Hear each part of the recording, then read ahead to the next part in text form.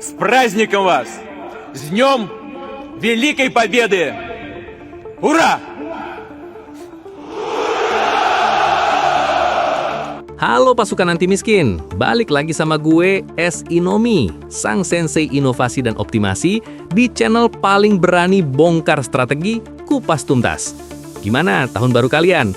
Masih sibuk bakar jagung atau bakar kenangan pahit?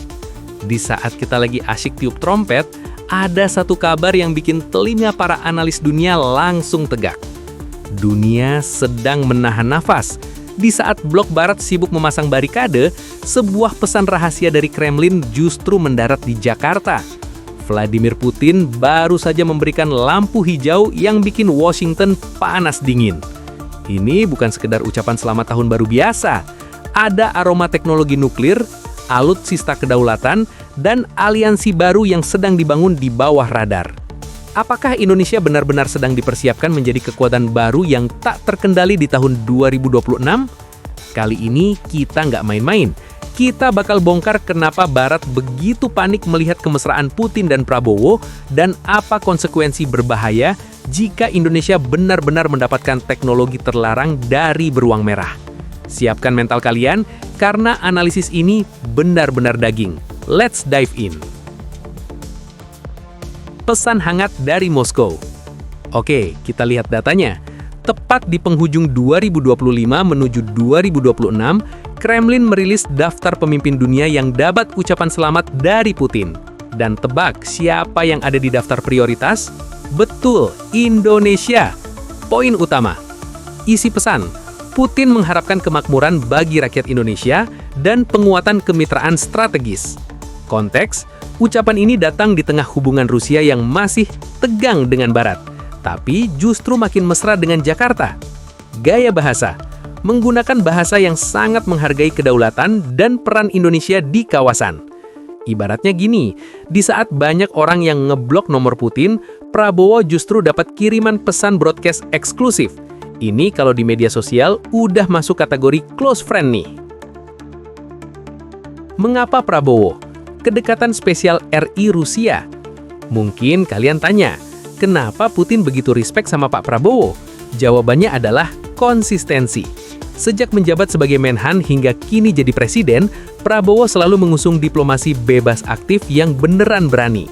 Putin suka pemimpin yang punya karakter kuat dan nggak bisa disetir sama satu pihak doang. Rusia melihat Indonesia bukan cuma sebagai pasar, tapi sebagai penyeimbang kekuatan di Asia Tenggara. Kedekatan ini bukan dibangun semalam, tapi lewat obrolan panjang soal pertahanan dan kemandirian bangsa. Analisis geopolitik, pesan di balik kata-kata. Sekarang kita masuk ke bagian daging. Ucapan selamat tahun baru ini adalah sinyal geopolitik. Putin ingin memastikan bahwa di tahun 2026, Indonesia tetap menjadi mitra yang gak ikut-ikutan menjatuhkan sanksi atau memusuhi Rusia. Bagi Rusia, Indonesia adalah pintu gerbang menuju pengaruh di selatan global. Dengan kirim pesan ini, Putin seolah-olah lagi bilang ke dunia, gue punya teman hebat di Asia Tenggara yang nggak bisa kalian remehkan. Ini bikin posisi tawar Indonesia makin tinggi di mata dunia. Kerjasama 2026, nuklir dan ketahanan pangan. Nah, apa yang bakal terjadi setelah ucapan ini? Gue prediksi tahun 2026 bakal jadi tahun realisasi proyek rahasia, mulai dari kerjasama energi nuklir untuk listrik atau PLTN hingga ketahanan pangan.